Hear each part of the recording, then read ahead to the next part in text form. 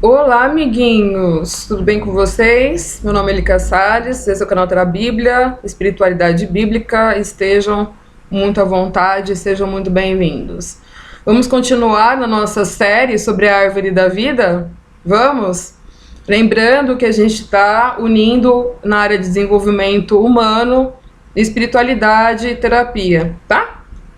Espiritualidade e terapia. Estou passando sobre a espiritualidade bíblica, que seria um plus, tá? Um plus daquilo que se faz como terapia, tá bom? A gente está na parte de chacraterapia, né? Todas as terapias que eu trabalho, vocês vão ver lá no o primeiro vídeo da Play é um vídeo de divulgação de quais técnicas eu trabalho, né? Eu só trabalho com técnicas que são conectadas ao apoio, né, dessas terapias, né, da chacraterapia, né? Os florais de Bach, a cromoterapia, elas são associadas no suporte da chacraterapia, que também seria parte da alma, né? A gente já falou sobre os 11 pontos da Árvore da Vida, então a gente trabalha esses daí, né, para todo mundo. E o que eu tô dando a mais é da espiritualidade, né, que seriam pontos da espiritualidade, que faz parte do sistema de chakra, né, não é uma coisa que eu criei, ou não, isso daí é estudo avançado de chacraterapia, que são 13 pontos dentro da Árvore da Vida, onde 2 pontos são adicionados.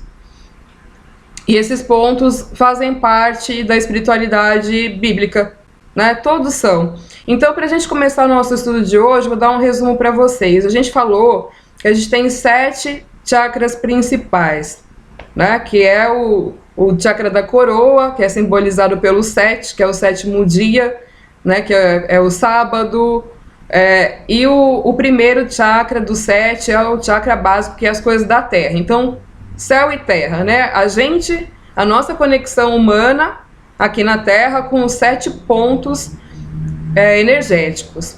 Antes da queda do homem, o homem não tinha esses pontos, porque ele era inteiro energia e pontos de conexão de luz inteiro. Quando veio o corpo mortal, Deus foi abrindo esses campos conforme as alianças principais, tá?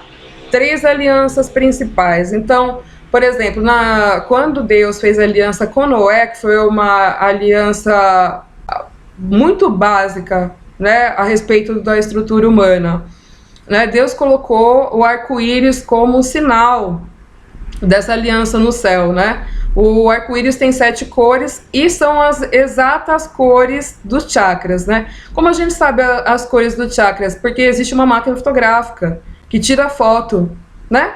Tem uma máquina fotográfica que tira foto e aparece esses pontos nessas cores, né? Então, as cores dos chakras são reais, por isso que eu trabalho com cromoterapia, né?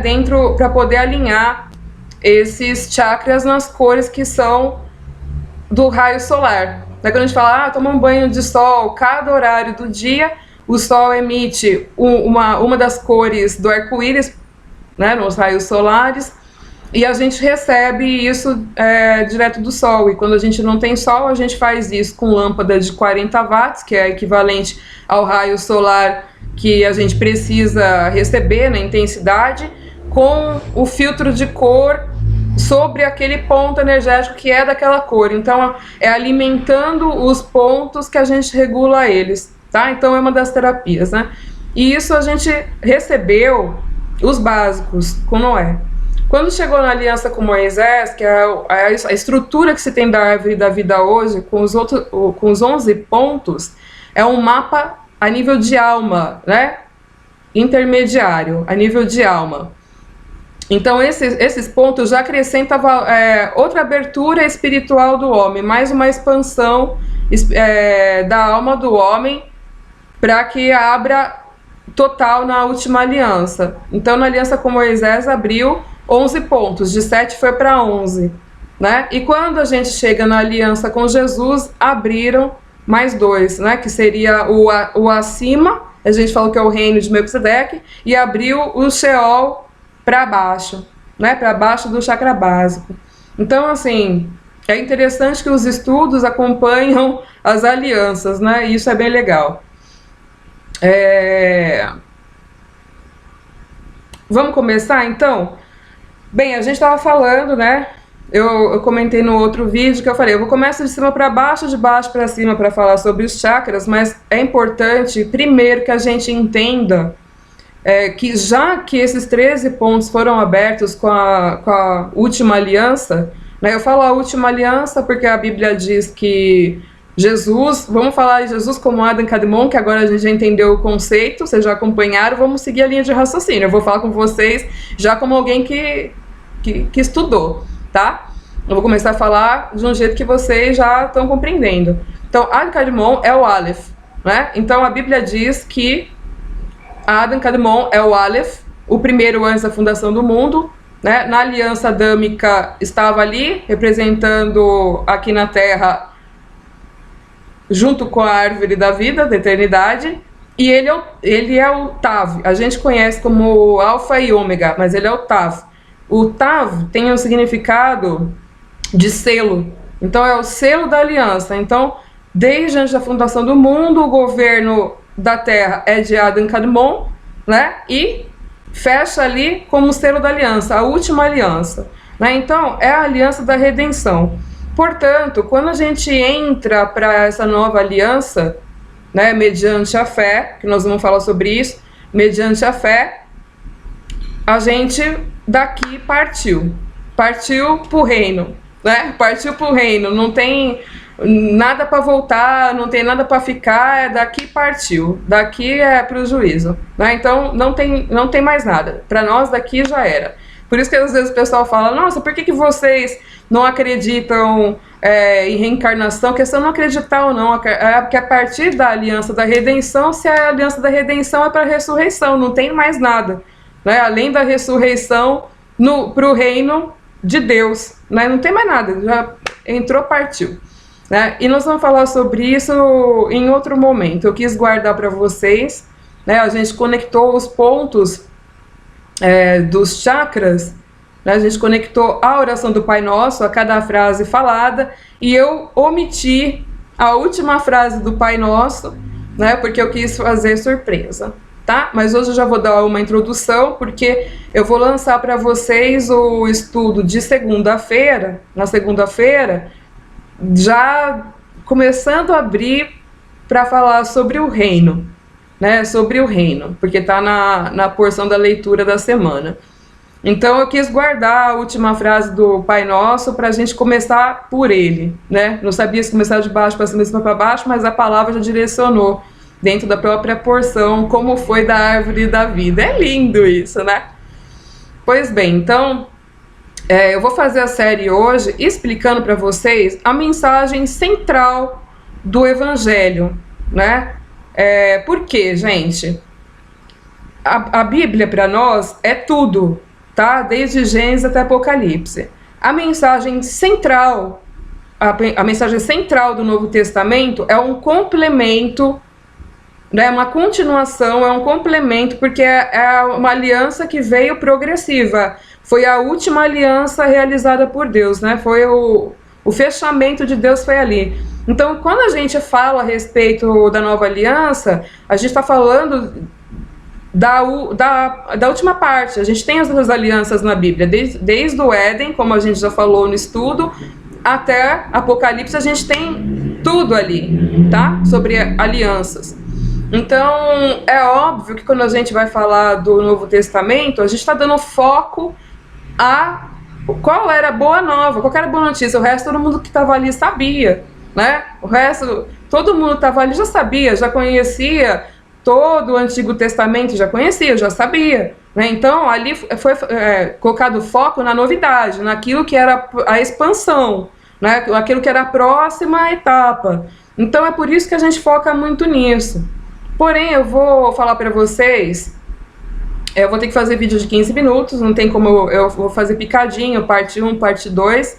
Eu vou explicar para vocês o que aconteceu ali e por que aconteceu ali, como foi. A gente vai pegar contexto, tá? A gente não pode desconsiderar todo o contexto histórico e progressivo da Bíblia, tá? Porque ali é uma continuação, tá? Vamos colocar esse conceito, tá? Não tem essa história de uma coisa não tem a ver com a outra, é continuação, tá? Então, eu vou passar para vocês no próximo vídeo, afinal de contas, qual é a boa nova, né? Qual é a boa nova para quem nunca ouviu nada e para quem qual é a boa nova para quem já ouviu, né? A gente tem que pensar que os discípulos de Jesus, todos os discípulos de Jesus, eram judeus, tá?